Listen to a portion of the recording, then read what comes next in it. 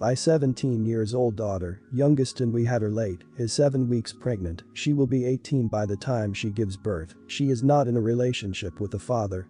He really, I can't stress this enough, does not want a baby. I honestly don't even think he'll show up for the birth or anything. She has decided to continue with the pregnancy against all advice from practically every adult in her life. After she insisted on not only continuing with the pregnancy but raising the baby, I asked her how she is going to manage that. This was the gist of the convo. I'll get a job. Me. Who's going to watch baby while you're at work? I thought you and dad could. Me, absolutely not, I'm not raising another baby. Pretty much a back and forth for a bit that lead me to believe that if she has this baby in this house, I'm practically going to be its mother. I'm very recently retired and my husband is retiring in exactly 11 months, there's a countdown, and this is not how I want to spend my retirement years. It's not fair to us. So, I told her that she has until baby is born to find a place to live. Husband has always been wrapped around her finger, which normally is endearing. I love how much he loves our children, so he is not fully on board with that, but I feel like we need to be united on this. I just want to know if I'm in the wrong here. Am I the idiot? No idiots here. You can be upset she wants to keep the baby, but that's ultimately not your every other adult in her life's choice to make. I think you're correct that she is assuming you will be more of a caretaker than you'd like to, and maybe isn't thinking things through as a normal teenager. I don't think you're the idiot if you are supportive of her decision without letting her take advantage of you. Perhaps you can help her find some community or government programs that can help you and your future grandchild out. Not the idiot. What she's asking for is infeasible. She's going to get a job while pregnant. Okay, how much time off will she get for the birth? Who will take care of the baby when she's at work? The answer in her mind is you. If she can't find a babysitter, how long will she keep that job? She apparently doesn't want to be a stay-at-home mom or want to go to college, and she wants to keep the baby and be a single mom, and she wants you to raise her child for her.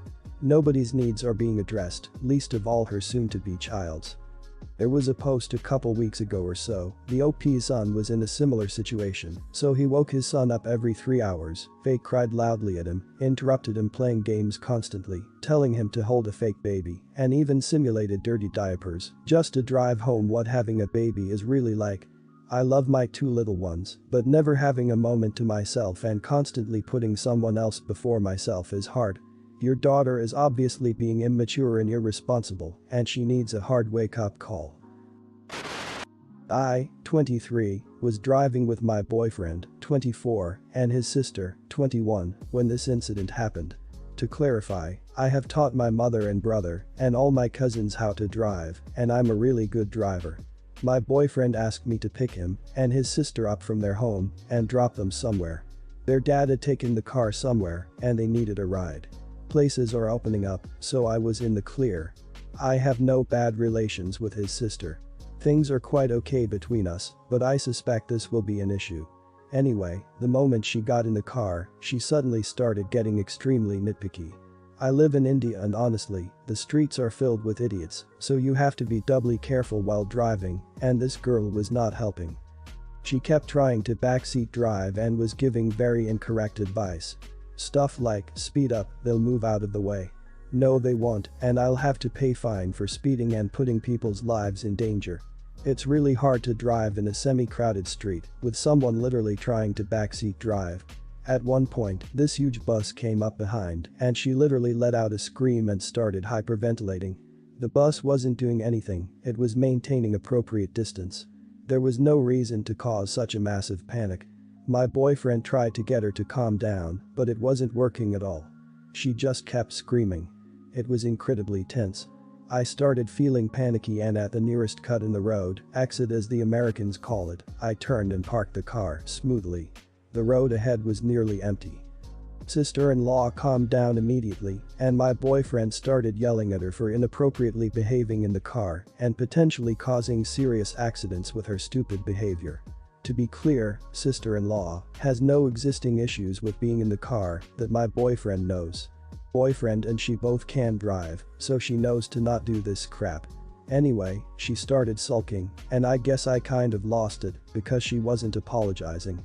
So I started the car, but let go of the clutch too quickly, causing the car to lurch without actually moving.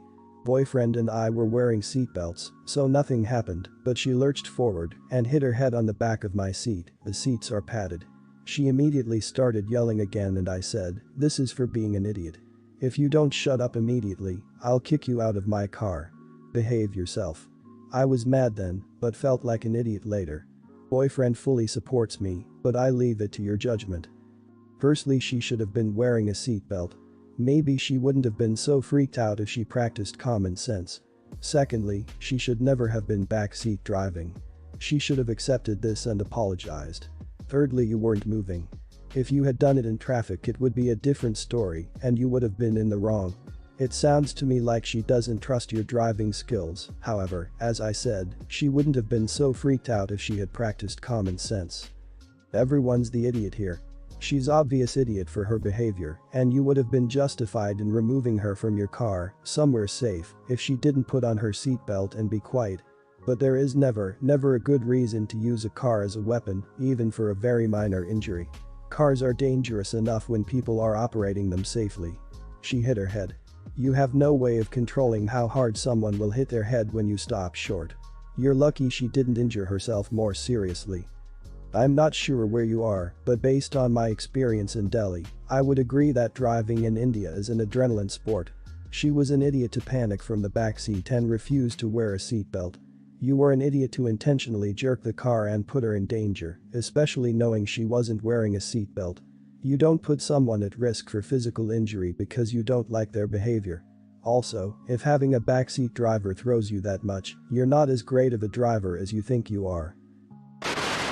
My oldest son is 14 and was born with a facial deformity. He is naturally very self-conscious about it and we've worked extensively with him to boost his self-esteem, but he's still very shy and prefers to be at home. I found a restaurant that has amazing waffles because my older son is crazy about them. So I decided to take our two sons for brunch. My oldest was really excited and didn't even eat a snack before the late brunch so he could eat the massive waffles they serve.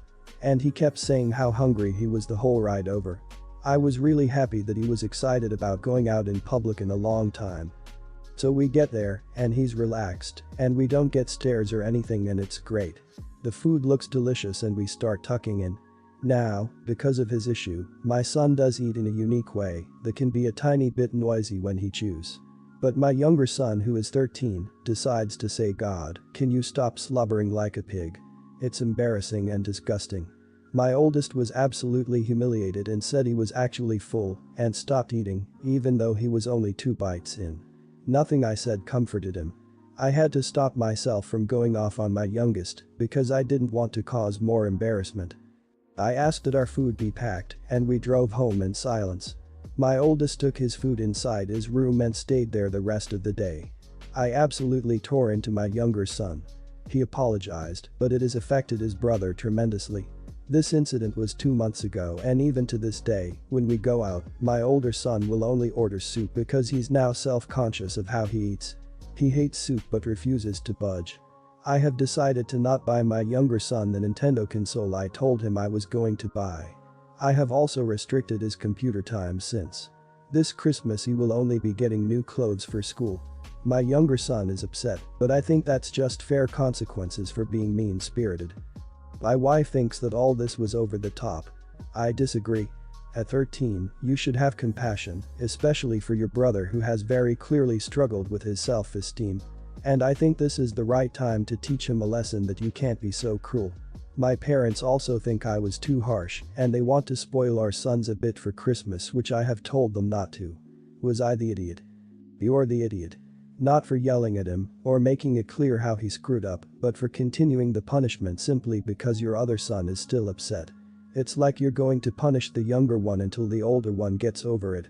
The younger one should obviously not have said it, but he's a kid, might be embarrassed himself, and did. Tell him why it was wrong, make him apologize sincerely, maybe also write a letter explaining how he feels now and how he regrets it, but stop with you punishing him because your other kid is still upset. Also get the older one in therapy, for God's sake. You're the idiot for the 2 months long punishment. Your younger son made a stupid and mean comment, something that most kids that age do.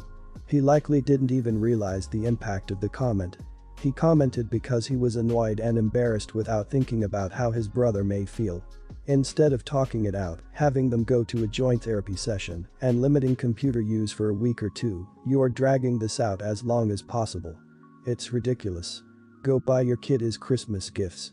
And apologize for being the idiot for so long. All you are doing is breeding resentment. Punishing for 2 months and taking away his Christmas is way too much.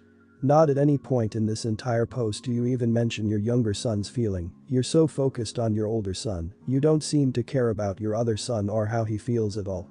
And just so you know, lots of people find it embarrassing to be near people who eat loudly. It draws negative attention from the people around you. And although your older son does have a reason to eat loudly, it doesn't stop the negative attention. Also, for a lot of people, the noise from loud eating can be insufferable. My daughter's birthday was on December 1st, she turned 17. I got her something that I didn't get until my mid-20s, a car. I had my daughter very young when I was her age and want her to have all of the opportunity that I didn't. She got her first part-time job and I wanted her to be able to travel without worrying about the bus or depending on people. I saved for nearly a year to get her a car, a 2008 Nissan Altima. I'm obviously not wealthy, this car is better than my car. It's newer, safer and rides much better. When I gave her the car she turned her nose up at it. She complained and nearly cried. She pointed out small dings and scratches, she said the color is ugly and that she would be embarrassed to drive it. Besides being angry about this, my feelings are hurt. I put a lot of love into this car. My daughter's mother is now married and they take in foster children.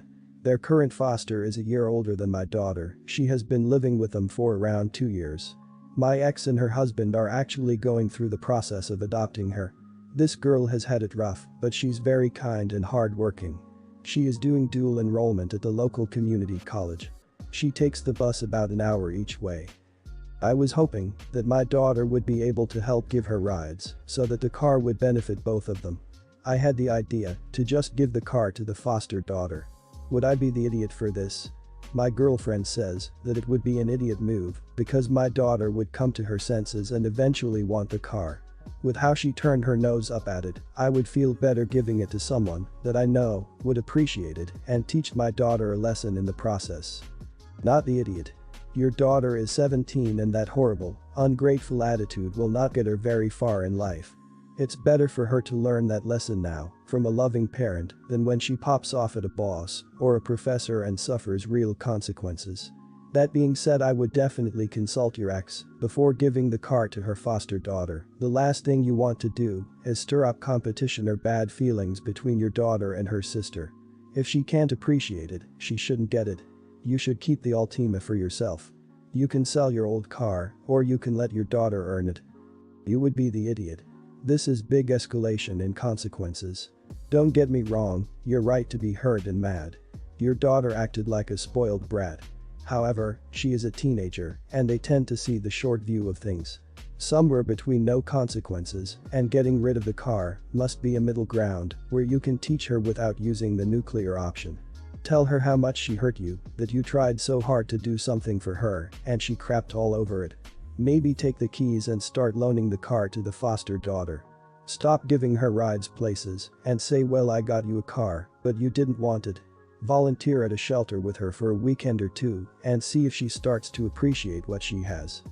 You would be the idiot if you didn't let her have the car. I did the exact same thing at 16 when I got my first car.